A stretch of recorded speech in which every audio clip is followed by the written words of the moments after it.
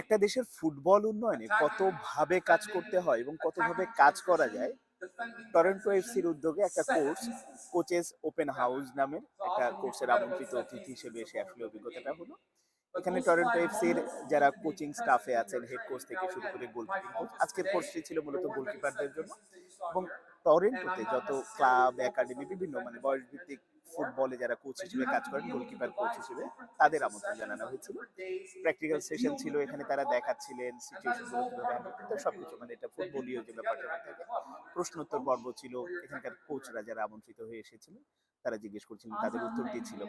তো এটা দেখার সঙ্গে সঙ্গে আমার বাংলাদেশের কথা মনে হলো, বাংলাদেশে চাইলেই কিন্তু এগুলো ক্লাবগুলো করতে পারে। বসুন্ধরা বলেন, মোহামেডান, আবাহনী বা যারা এরকম অভিজ্ঞ কোচ আছে, একটা কোর্স আসলে ইনভাইট করে সেটা first division, second division, pioneer, premier, বিভিন্ন ক্লাবের কোচরা যারা আছে অভিজ্ঞতা শেয়ার করলে অভিজ্ঞতা তো বাড়ে। এটা মানে এই কাজগুলো কেন হয় না, এটা বারবার মনে হচ্ছিল।